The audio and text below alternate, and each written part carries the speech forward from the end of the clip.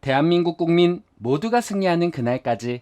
안녕하십니까, 알뜰맨입니다. 고용보고서가 예상치보다 잘 나오면서 3대 지수가 혼조세를 보여주면서 주식시장에 안개를 보였습니다. 다우는 마이너스 0.15% 하락, S&P 500은 마이너스 0.08% 하락, 나스닥은 0.12% 상승, 원달러 환율은 1294.80원으로 마이너스 0.22% 하락, 빅스 지수는 마이너스 5.52% 하락, MSCI 코리아 ETF 지수는 0.73% 상승, 2년물 국채금리는 2.1% 상승, 10년물 국채금리는 2.39% 상승, 30년물 국채금리는 1.75% 상승을 했습니다. 일단 특징적인 주식들은 먼저 리바이스 스트라우스는 예상치보다 나은 이익과 매출을 발표하면서 배당금을 20% 인상했다라는 소식에 힘입어서 3.9% 상승을 했습니다. 게임스탑은 CEO를 해고하고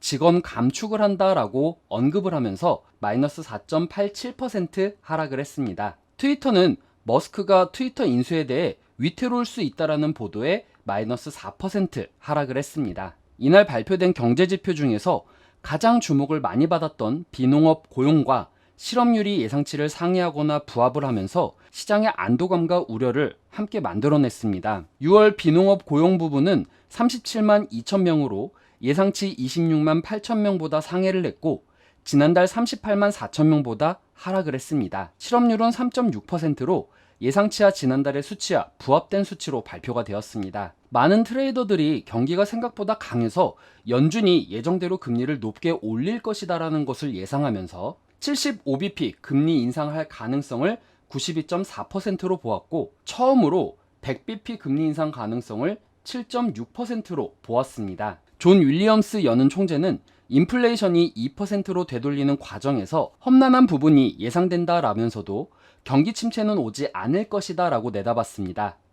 또 22년 경제 성장률이 1% 아래로 떨어지겠지만 내년에는 1.5% 근방으로 반등할 것이다 라고 예상을 했습니다. 라파엘 보스틱 애틀란타 연은 총재는 고용 보고서로 경제가 강하다라는 점이 확인되었다며 다음 회의에서도 75bp 금리 인상을 지지한다라고 말을 했습니다. 장단기 금리는 전일에 이어서 역전이 되었으며 강한 금리 인상으로 인해 경기가 침체될 수 있다라는 스태그플레이션 위협이 다가오게 되었습니다. 스테이트 스트리트 글로벌 어드바이저스의 미첼 아로는 좋은 소식이자 나쁜 소식은 일자리 보고서에서 광범위한 이익과 낮은 실업률 측에서 더 나은 것을 우리는 요구할 수 없었다라는 것입니다. 임금은 오르고 있었으나 더 느린 속도로 진행되고 있었기에 그 부분은 좋은 일이지만 결국 시장은 연준이 75bp 금리 인상을 할 것이라는 결론을 내리는 것을 볼 수밖에 없을 것이다 라고 말을 했습니다. 8월 말 서부 텍사스산 원유 WTI 가격은 전장보다 2.06달러 오른 배럴당 104.79달러, 2.01% 상승 마감을 했습니다.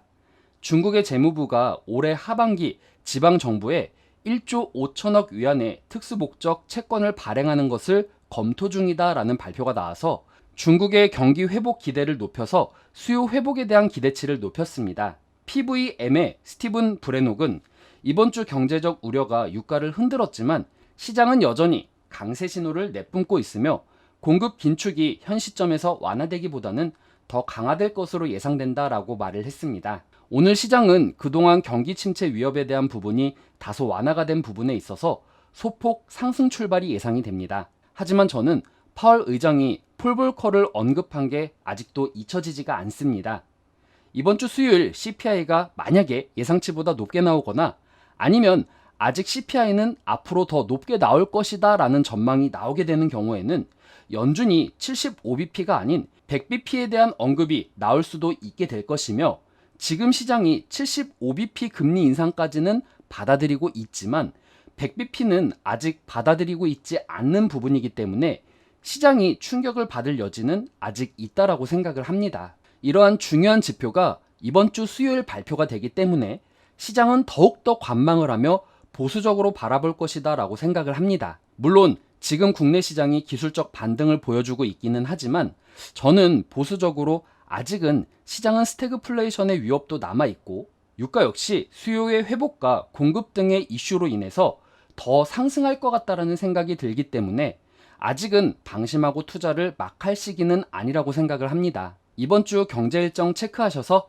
성투하셨으면 좋겠습니다. 11일 월요일에는 존 윌리엄스 뉴욕 연준 총재 연설이 있고요.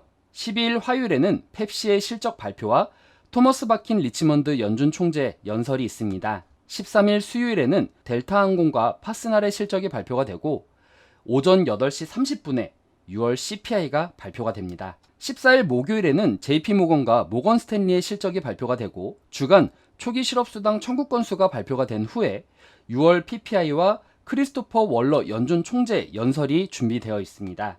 15일 금요일에는 웰스파고와 시티의 실적이 발표가 되고 6월 소매 판매 지수와 수출입 물가 지수, 엠파이어 스테이트 제조업 지수와 라팔 보스틱 애틀란타 연준 총재 연설, 그리고 6월 산업 생산 지수가 발표될 예정입니다.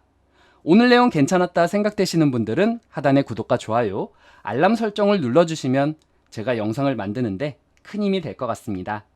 오늘도 시청해주셔서 감사합니다.